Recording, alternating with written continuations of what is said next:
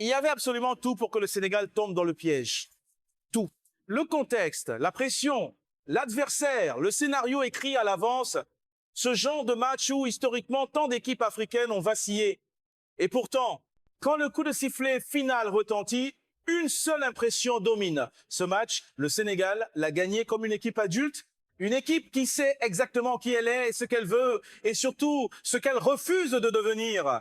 Parce qu'il faut le dire clairement, ce n'était pas un match spectaculaire, ce n'était pas un match d'occasion en cascade, ni une démonstration offensive. C'était un match de contrôle, de nerfs, de maturité, un match de bonhomme. Et dans ce registre-là, le Sénégal a donné une leçon face à eux, l'Égypte. Une sélection qui ne te donne jamais rien. Une équipe capable de t'endormir pendant 80 minutes, de te pousser à la faute, d'attendre l'erreur mentale, le moment où tu t'impatientes. Le plan était limpide. Fermer le jeu, frustrer, survivre et espérer le scénario prolongation, tir au but. Un piège classique, redoutable, presque cynique. Et dès les premières minutes, tous les signaux d'alerte s'allument. Le carton jaune de Kalidou Koulibaly, synonyme de suspension pour la finale. Puis la blessure, ton capitaine, ton leader défensif, le joueur qui incarne la stabilité mentale de cette équipe. En quelques instants, le Sénégal perd bien plus qu'un défenseur. Il perd un repère. C'est exactement à ce moment-là que beaucoup d'équipes africaines auraient douté. C'est exactement là que le match aurait pu basculer. Mais ce Sénégal-là ne panique pas.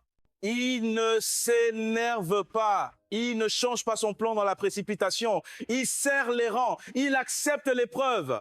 Et c'est là que ce match prend une autre dimension. Parce que le Sénégal n'a quasiment jamais été inquiété.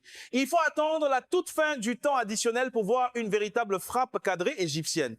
Avant ça, presque rien. Pas de vague, pas de siège, pas de moment où tu te dis ça va craquer. Une maîtrise froide, presque clinique. Ce match compte énormément parce qu'il valide enfin quelque chose que beaucoup répétaient sans toujours y croire. Le Sénégal n'est plus seulement fort sur le papier. Ce n'est plus une addition de talent. Ce n'est plus une promesse éternelle. C'est une équipe qui sait gagner sans briller, sans s'exposer, sans se trahir. C'est un peu comme une formation qui accepte de ne pas jouer à 120% de ses capacités offensives pour protéger son équilibre.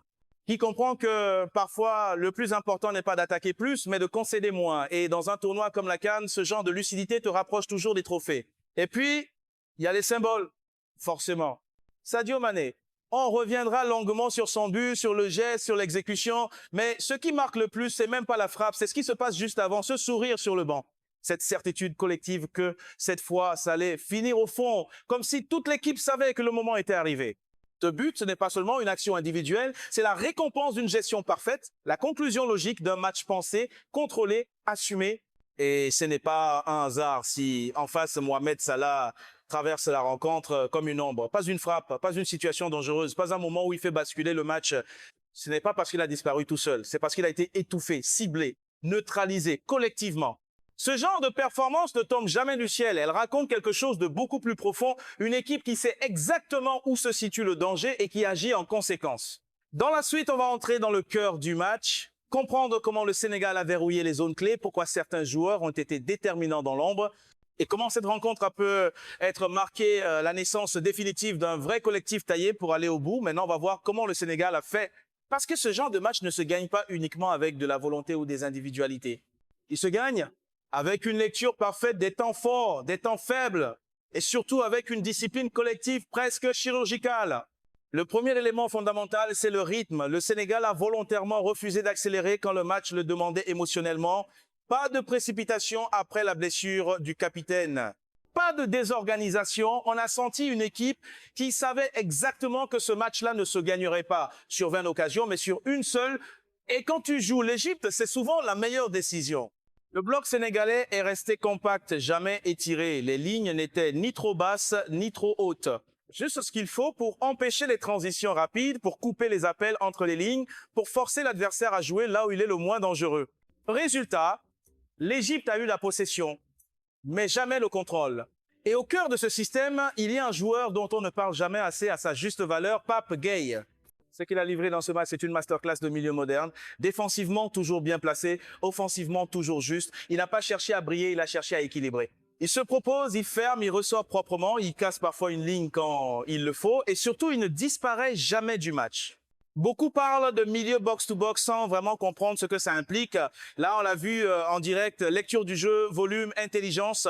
Quand tu vois ce qu'il apporte sans ballon, mais aussi ce qu'il permet aux autres de faire avec ballon, tu comprends pourquoi le Sénégal a été aussi serein. Autre point clé, la gestion du danger principal. Quand tu affrontes l'un des meilleurs joueurs africains de l'histoire récente, tu ne peux pas te contenter d'un marquage individuel naïf. Et là-dessus, le Sénégal a été remarquable. Le travail d'Ismaël Jakobs mérite d'être souligné. Longtemps critiqué pour ses lacunes défensives, parfois même relégué sur le banc, il sort ici un match de très haut niveau. Propre dans ses duels, discipliné dans son placement, intelligent dans ses choix. Il n'a pas cherché à gagner chaque duel spectaculairement. Il a cherché à gagner le match. Et c'est exactement ce qui fait la différence à ce niveau. Résultat, l'ailier adverse n'a jamais pu s'exprimer. Pas de frappe, pas de situation nette, pas de moment où tu te dis « attention, c'est pas une coïncidence ». C'est une stratégie exécutée à la perfection. Mais ce qui rend cette performance encore plus forte, c'est le contexte mental.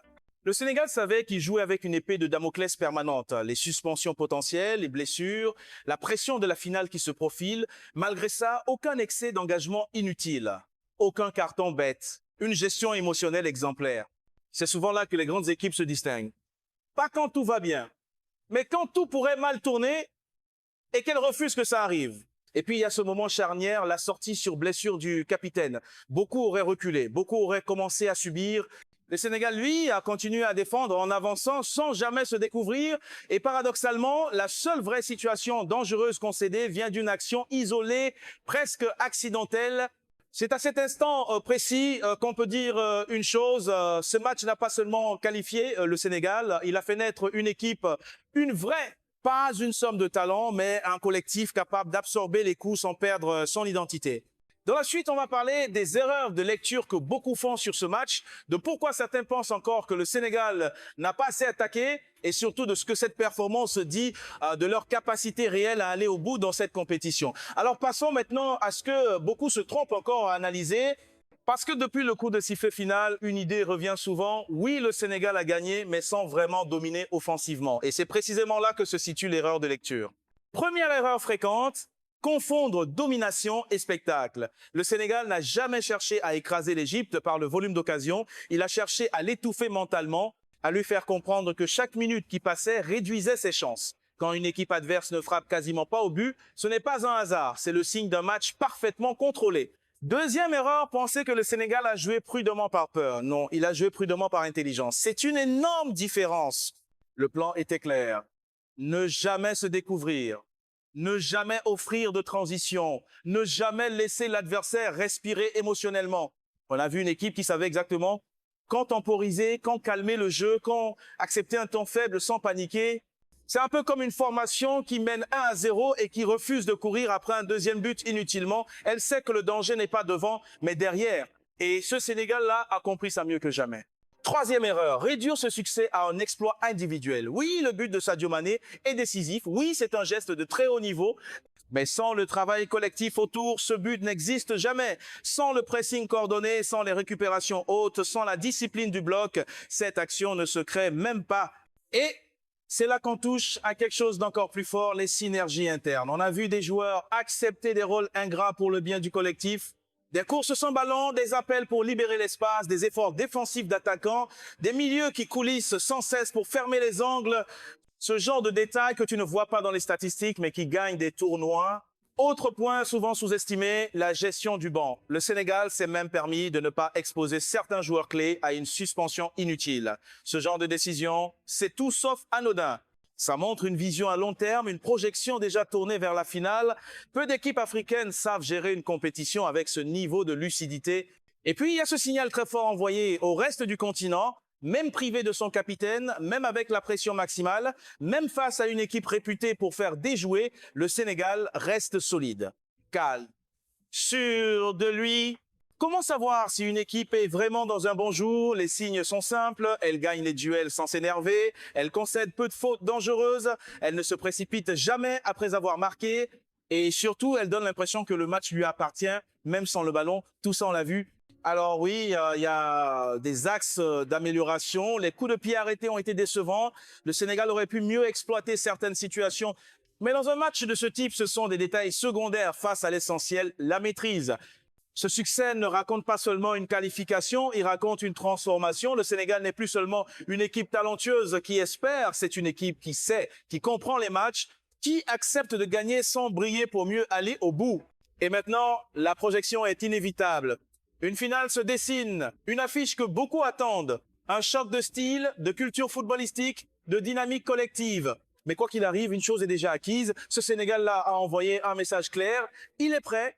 Dans les prochains jours, on se verra les mêmes choses, la discipline, la gestion émotionnelle, l'équilibre collectif, parce que si ces ingrédients sont encore réunis, alors ce n'est plus seulement une belle équipe, c'est un prétendant très sérieux au titre. Prenez soin de vous, respectez le fair play et n'oubliez jamais, dans le football, rien n'est jamais écrit à l'avance. Mais certaines équipes font tout pour écrire leur histoire.